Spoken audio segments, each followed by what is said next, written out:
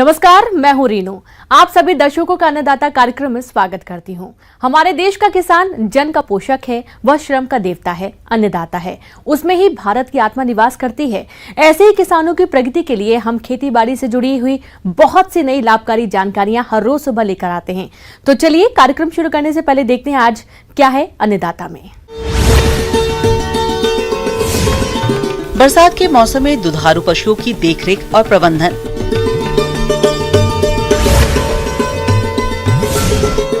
अरहर की फसल में समन्वित कीट नियंत्रण के उपाय। डेयरी व्यवसाय की बात करें तो प्रदेश के बहुत से किसान इस व्यवसाय को अपनाकर अच्छा लाभ ले रहे हैं, लेकिन इस लाभ को बनाए रखने के लिए इनका मौसम के अनुरूप प्रबंधन करना भी जरूरी होता है, क्योंकि अभी बारिश का मौसम चल रहा है और इस मौसम में गाय भैंसों में कई तरह के रोग होने की संभावना रहती है। तो किसान भाइयों, आपके पशुओं में किसी प्रकार की समस्या ना आए, इसके लिए आप किस प्रकार से करें गाय भैंसों की उचित देखभाल, इस बारे में उचित सुझाव दे रहे हैं जिला भोपाल के वरिष्ठ पशु चिकित्सक डॉक्टर एस.के. श्रीवास्तव। पशुपालक साथियों, आज हम चर्चा करते हैं खासतौर से बरसात के दिनों में हमारा अपने पशुओं के लिए किस तरह से व्यवस्था होनी चाहिए, आवास प्रबंधन कैसा होना चाहिए, पोषण व्यवस्था कैसे होनी चाहिए, बीमारी से लड़ने के लिए हमको किस तरह से तैयारी रखनी है।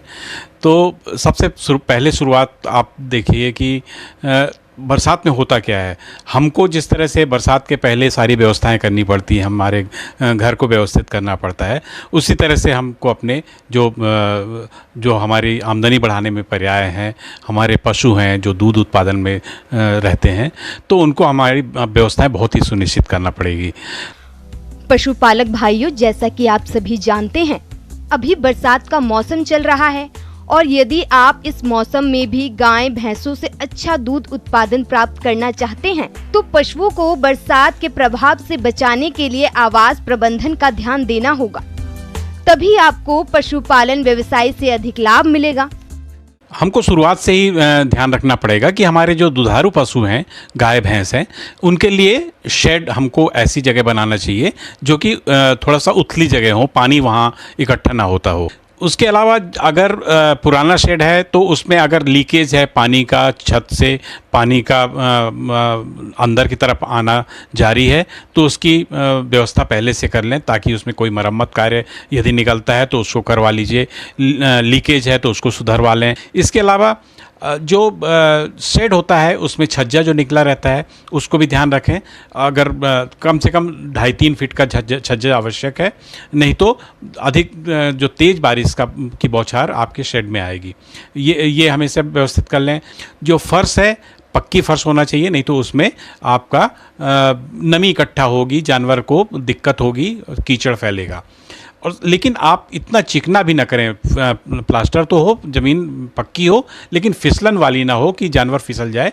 तो साफ़ सफाई रखने से एक तो पानी इकट्ठा नहीं होगा, तो अमोनिया का प्रोडक्शन नहीं होगा, तो उससे जो समस्याएं हैं जानवर को, ख़ासतौर से रेस्पिरेटरी डिजीज़ की प्रॉब्लम होती है, सांस से संबंधित बीमारियां, उससे निजात मिलेगी। साफ़ सफाई रहेगी तो उससे जो बाकी जो संक्रामक बीमारियां हैं उनका भी हमको निजात पाने में आसानी रहेगी। किसान भाइयों, पशुपालन व्यवसाय को सफल बनाने के लिए सबसे अधिक आवश्यक है इनके आहार की व्यवस्था। यदि आपने इस कार्य में किसी भी तरह की लापरवाही की तो लाभ की जगह नुकसान उठाना पड़ सकता है। इसीलिए गाय और भैंसों के आहार प्रबंधन में इन बताई जा रही बातों का जरूर ध्यान दें। पोषण प्रबंधन खासतौर से बरसात के समय में हमारे दुधारू जानवरों के लिए बहुत ही ज़्यादा मायने रखता है। इसके लिए हमको बहुत पहले से तैयारी रखनी पड़ती है। हमको दाना स्टोर करने के लिए एक समुचित जगह खोजनी चाहिए जो कि सूखी हो, नहीं तो क्या होगा कि उसमें नमी इकट्ठी होगी और फफूंद लगेगी, जानवर को बीमार करने में वो बहुत ही तकलीफ़ देती है। हम देखते हैं कि बरसात के समय चारों तरफ काफ़ी हरियाली होती है, जानवर को काफ़ी प्रचुर मात्रा में लीफी ग्रीन्स खाने के लिए मिल जाती है, तो वो तो खिलाएं जानवर को, उससे बहुत सारे उसकी कमजोरियां दूर होंगी, उसको प्रचुर मात्रा में उसको आवश्यक तत्व मिलेंगे। लेकिन साथ में आप दाने की मात्रा जब बढ़ाएंगे तो इससे जो जानवर में हरा चारा ज़्यादा खाने की वजह से जो समस्याएं होती हैं, ख़ासतौर से लूज मोशन की समस्या या फिर अफरा की समस्या, उससे काफ़ी हद तक निजात मिलती है। ज़्यादातर जो रेशेदार जो आहार दिया जाता है पशुओं में, तो एक निश्चित घटक प्रोटीन है, खनिज लवण है, कार्बोहाइड्रेट है, सबका संतुलित अगर मिश्रण तैयार करके हम अपने जानवरों को खिलाएं तो उससे ज़्यादा से ज़्यादा उत्पादन प्राप्त कर सकते हैं। तो जहाँ तक हम घटकों की बात है तो उसमें हम लगभग मक्का 40%, खली 25%, चोकर 32%, फिर मिनरल मिक्सचर 2% और एक जो साधारण नमक होता है वो लगभग 1% मिक्स करके आप अपने एक दुधारू जानवर को दे सकते हैं। हमारे जो दुधारू पशु हैं उनको दूध उत्पादन के साथ साथ उनके अपने शरीर को मेंटेन रखने के लिए भी जो संतुलित आहार है उसकी आवश्यकता होती है। तो एक थंब रूल है कि लगभग प्रति किलो या प्रति लीटर दूध के उत्पादन में उसको 2.5 किलो के आसपास जो संतुलित आहार है उसकी आवश्यकता होती है। प्रतिदिन आवश्यक रूप से एक एक्स्ट्रा अलाउंस के रूप में हम उसको देते रहें तो हम ज़्यादा समय तक उससे अच्छा दूध उत्पादन प्राप्त कर सकते हैं। पशुपालक भाइयों, बरसात के मौसम में गाय और भैंसों में परजीवियों की समस्या हो जाती है। साथ ही साथ कुछ रोगों के आने की संभावना भी बनी रहती है। तो आप अपने जानवरों को इन बीमारियों से बचाने के लिए सही समय पर टीकाकरण करवाएं। दुधारू पशुओं के स्वास्थ्य प्रबंधन में बहुत ही अहम कड़ी है उनका समय पर कृमिनाशक दवा देना, खासतौर से बरसात के मौसम में।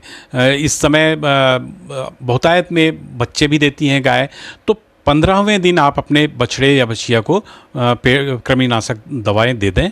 उसके बाद 3 महीने की उम्र तक आपको हर 15 दिन में, 3 से 6 माह की उम्र तक हर महीने और 6 माह के बाद आपको हर दूसरे या तीसरे महीने समुचित कृमिनाशक दवा देते रहना चाहिए।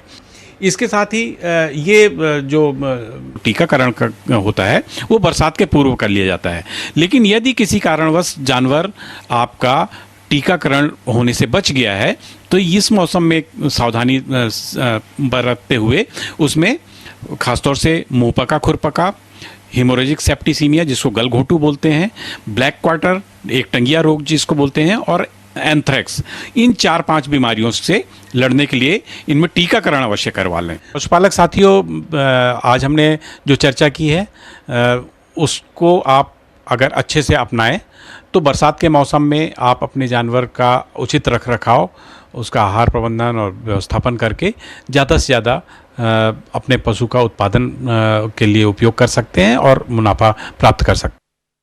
अरहर का उपयोग अन्य दलहनी फसलों की तुलना में दाल के रूप में अधिक किया जाता है, इसलिए इसकी फसल में मांग अधिक होने से इसका मूल्य भी अधिक मिलता है। लेकिन इस फसल में कीटों के प्रकोप के कारण किसानों को भारी नुकसान उठाना पड़ता है। तो आप इन कीटों से अपनी फसल को बचाने के लिए कौन कौन से उपायों को अपनाएं, आइए जानते हैं कार्यक्रम के इस विशेष अंश के माध्यम से।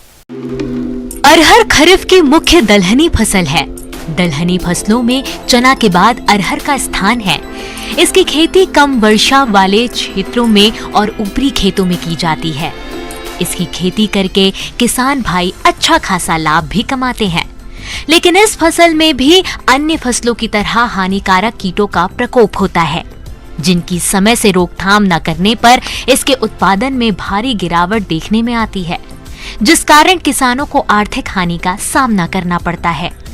तो इस समस्या से बचने के लिए किसान अरहर में लगने वाले कीटों का समेकित नियंत्रण करके फसल से अच्छी पैदावार ले सकते हैं। किसान भाइयों, हम सबसे पहले बात करते हैं पत्ती लपेटक कीट की। तो इस कीट की मादा अपने अंडे कोमल पत्तियों पर देती है। 2-3 दिनों में अंडे से गिडारें निकलती हैं, जो कि हल्के पीले रंग की होती है, या चोटी की पत्तियों को मोड़कर उसमें जाल बनाती हैं और इसी में छिपी रहती हैं और अंदर से पत्तियों को खाती रहती हैं। इसी प्रकार एक दूसरे से तीसरे पत्तियों को प्रभावित करती रहती हैं। इसलिए यदि इस कीट के नियंत्रण की बात की जाए तो सबसे पहले आपको अपने खेत को खरपतवार मुक्त रखना होगा। फिर भी यदि कहीं कहीं पर इनका प्रकोप दिखाई दे रहा हो तो उस दशा में आप नीम आधारित दवाओं का प्रयोग करें, जिनका 15 दिन के अंतराल पर सुरक्षात्मक दृष्टि से छिड़काव करते रहना चाहिए। अगर इसके प्रयोग के बाद भी इस कीट का अधिक प्रकोप देखने में आ रहा है तो आप मोनोक्रोटोफॉस या क्यूनोल-फॉस दवा 2 मिलीलीटर प्रति लीटर पानी में घोलकर छिड़काव करें, जिससे आप इस कीट पर काफी हद तक नियंत्रण पा लेंगे। किसान भाइयों, इस कीट के अलावा अरहर की फसल में फल मक्खी और फली छेदक कीट का प्रकोप भी काफी देखने में आता है, जो कि फसल को काफी नुकसान पहुंचाते हैं। अरहर की फल मक्खी की छोटी चमकदार काले रंग की घरेलू मक्खी की तरह परंतु आकार में छोटी मक्खी होती है। इसकी मादा फलियों में बन रहे दाने के पास अपने अंडे रोपक की सहायता से अंडे देती है, जिससे निकलने वाली गिडारें फली के अंदर बन रहे दाने को खाकर नुकसान पहुंचाती हैं। इसी तरह फली बेधक कीट की मादा छोटे सफेद रंग के अंडे देती है। इल्लियां पीली हरी काली रंग की होती हैं तथा इनके शरीर पर हल्की गहरी पट्टियां होती है। छोटी इल्लियां फलियों के हरे उत्तकों को खाती हैं व बड़ी होने पर कलियों, फूलों, फलियों व बीजों को नुकसान करती हैं। इल्लियां फलियों पर टेढ़े मेढ़े छेद बनाती हैं, इसलिए कीटों के प्रबंधन की बात आती है तो सबसे पहला बिंदु आता है शस्य क्रियाओं द्वारा। इसमें गर्मी के महीने में खेत की गहरी जुताई करें, समय पर बुआई करनी चाहिए जिससे हानिकारक कीटों का प्रकोप कम हो सके। ज्वार के साथ अरहर की अंतः फसल 4-2 के अनुपात में बोनी चाहिए। ज्वार के डंठल चिड़ियों के बैठने के डंडों के रूप में काम आते हैं। इसके साथ ही ज्वार की कटाई के बाद दवा छिड़काव के लिए उपयुक्त रास्ता बन जाता है। सिंचाई और रासायनिक खाद की मात्रा का उचित प्रयोग करना चाहिए। अधिक घनी फसल पर कीट का प्रकोप अधिक होता है, अतः संस्तुति से अधिक बीज नहीं बोना चाहिए। इसके अलावा खड़ी फसल में निगरानी करते रहें और सूंडियों की जांच के लिए सफेद कपड़े की थैली या पॉलिथीन बैग में पौध को डालकर झटकना चाहिए, जिससे पौधों में फली पर खाती हुई सुंडी गिर जाएगी और उनकी संख्या का पता चल जाएगा। फल मक्खी के प्रकोप की गंभीरता को जानने के लिए फलियों की सूक्ष्मता से जांच करनी चाहिए। यदि 5 से 10% दाने प्रभावित हों, तब समझना चाहिए कि इनकी संख्या आर्थिक क्षति स्तर पार कर चुकी है। इसके अलावा किसान भाइयों, फेरोमोन ट्रैप 6 से 7 प्रति हेक्टेयर प्रयोग करें। इसका प्रयोग कीट का प्रकोप बढ़ने से पहले चेतावनी के रूप में करते हैं। इस जाल में मादा कीटों की गंध वाला पदार्थ रखते हैं। इसकी गंध पाकर नर पतंगे दूर दूर से आकर्षित होते हैं और इसमें फंस जाते हैं। किसान भाइयों, इन कीटों के नियंत्रण के लिए 5% नीम की निम्बोली के शत का छिड़काव करना चाहिए। इसके अलावा एनपीवी विषाणु 350 LE के घोल का छिड़काव करना चाहिए।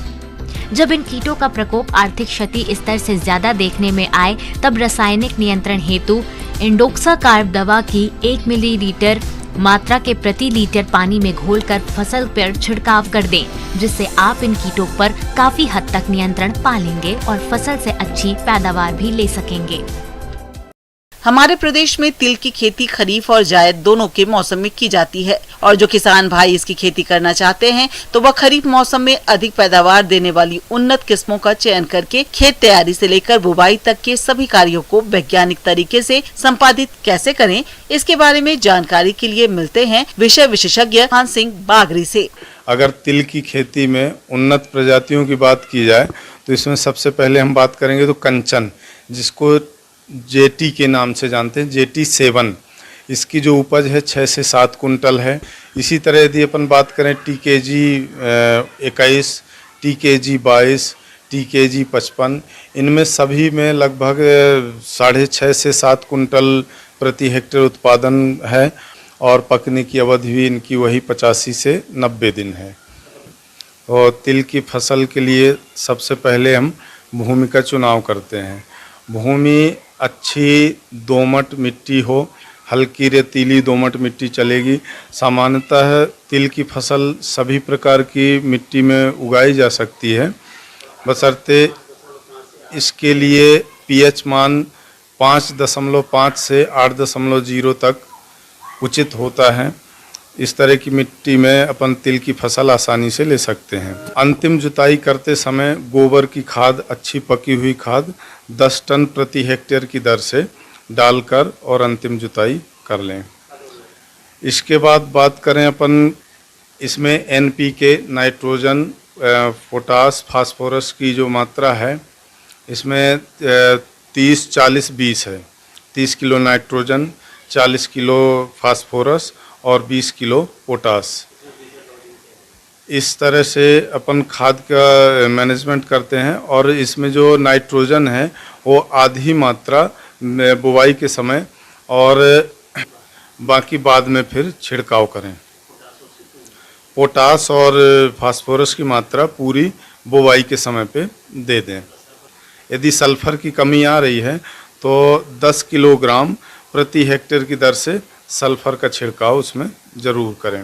इसके बाद बात करें अपन बीज की, तो बीज दर इसकी 5 किलो प्रति हेक्टेयर रहती है। 5 किलो का उपयोग कर सकते हैं। यदि हम सीड ड्रिल से बुवाई करें, लाइन सोइंग करें, तो उसमें बीज दर और कम हो सकती है। इसके बाद बात करें अपन बीज उपचार की, तो इसमें बीज उपचार आवश्यक है क्योंकि फफूंद से नुकसान हो जाता है पौधे को। इसके बाद जो बीज उपचार करेंगे उसमें थायरम या बाविस्टीन 2 ग्राम प्रति किलोग्राम बीज से बीज उपचार करें। इसके बाद थायोमेथाक्साम 1 ग्राम प्रति किलोग्राम बीज में उपचारित करें। इसके बाद पीएसबी और राइजोबियम कल्चर 5-5 ग्राम प्रति किलोग्राम बीज में उपचारित कर इसको आधा घंटे के लिए छाया में सुखाने के लिए रख दें। सुखाने के बाद लाइन से बुवाई कर सकते हैं। इसके बाद अपन बात करें खरपतवार नियंत्रण की, तो तिल की फसल में खरपतवार नियंत्रण का सबसे अच्छा साधन है कि हम निंदाई गुड़ाई करें। निंदाई गुड़ाई करके ही इसके खरपतवार निकालें। इसके लिए 20 से 25 दिन में पहली निंदाई गुड़ाई करें और दूसरी निंदाई गुड़ाई 40 से 45 दिन के आसपास निंदाई कर या डोरा चला दें या खुरपी से या हैंड हो आता है, हैंड हो चला दें। जो भी किसान भाइयों के पास सुविधा उपलब्ध हो उसके द्वारा अपन निंदाई गुड़ाई कर सकते हैं। इसके बाद बात करें जल प्रबंधन की, तो अच्छी बरसात हो जाने के बाद ही बुवाई करें तिल की, क्योंकि इसकी बुवाई की जो अवधि है वो 25 जून से लेके लास्ट जुलाई तक है।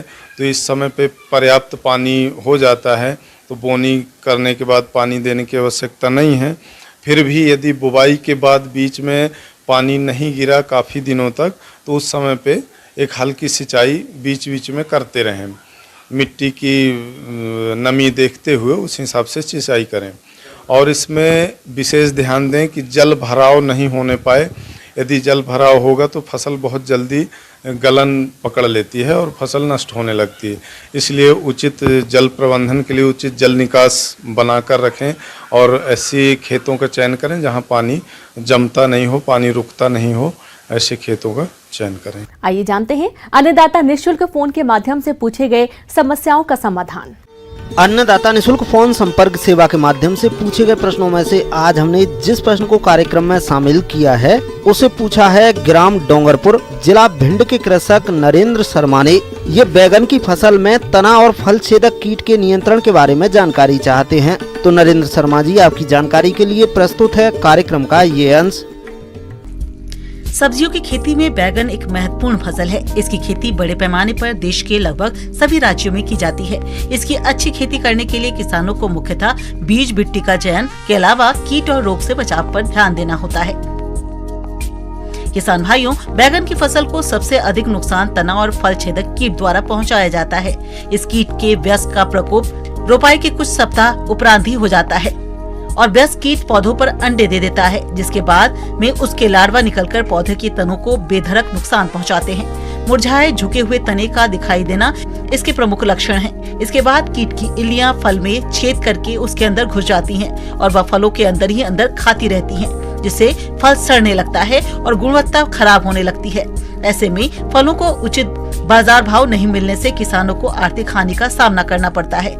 इसलिए समय रहते इसका नियंत्रण करना जरूरी होता है। बैगन की फसल में एकीकृत कीट प्रबंधन के लिए सबसे पहले कीट रोधी किस्मों का चयन करें। खरपतवारों का नियंत्रण कर खेत को साफ सुथरा रखें। जिस खेत में बैगन की फसल पिछले वर्ष ली हो उसमें बैगन फसल न लगाएं। बैगन की 2 कतारों के बाद 1 कतार धनिया या सौंफ की लगाएं। रोपाई के 2 सप्ताह बाद फेरोमोन ट्रैप 4 से 5 प्रति एकड़ लगाना चाहिए। यदि आवश्यक लगे तो 10 से 12 फेरोमोन ट्रैप प्रति एकड़ 10-10 मीटर की दूरी पर लगाएं तथा ल्योर को 15 दिन उपरांत बदलते रहें। कीट ग्रसित कल्लों और फलों को काटकर खेत से हटाते रहें या गड्ढे में दबा दें। बैगन की फसल में ट्राई कोकोकार्ड जरूर लगाएं। कीट का प्रकोप आर्थिक क्षति स्तर से अधिक होने पर रासायनिक नियंत्रण के लिए एजाडिरिक्टेटिन 1% की 400 से 600 मिलीलीटर मात्रा को 400 लीटर पानी में घोलकर प्रति एकड़ छिड़काव करें। इसके अलावा इमामेक्टिन बेंजोएट 80 ग्राम को 200 लीटर पानी में मिलाकर प्रति एकड़ की दर से छिड़काव करने पर इस कीट का नियंत्रण आसानी से किया जा सकता है। एक नजर डालते हैं राज्य के कुछ मंडियों के प्रमुख फसलों के बाजार भाव पर।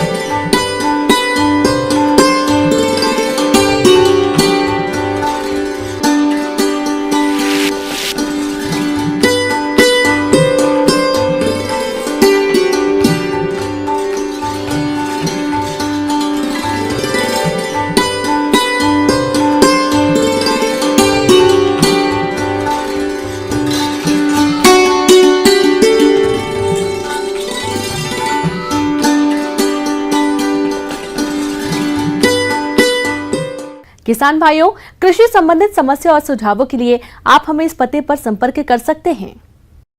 प्रोड्यूसर अन्नदाता news 18 Madhya Pradesh Chhattisgarh, Ramoji film city Hyderabad 501512। साथ ही आप हमें ईमेल भी कर सकते हैं। हमारा ईमेल है p18annadatamp@nw18.com। इसके अतिरिक्त आप हमें निःशुल्क हेल्पलाइन नंबर 1800889216 पर सोमवार से शनिवार सुबह 10 बजे से शाम 4 बजे के बीच संपर्क कर सकते हैं। अब समय हो रहा है आपसे विदा लेने का। कल फिर मुलाकात होगी कृषि से जुड़ी महत्वपूर्ण जानकारियों के साथ। नमस्कार।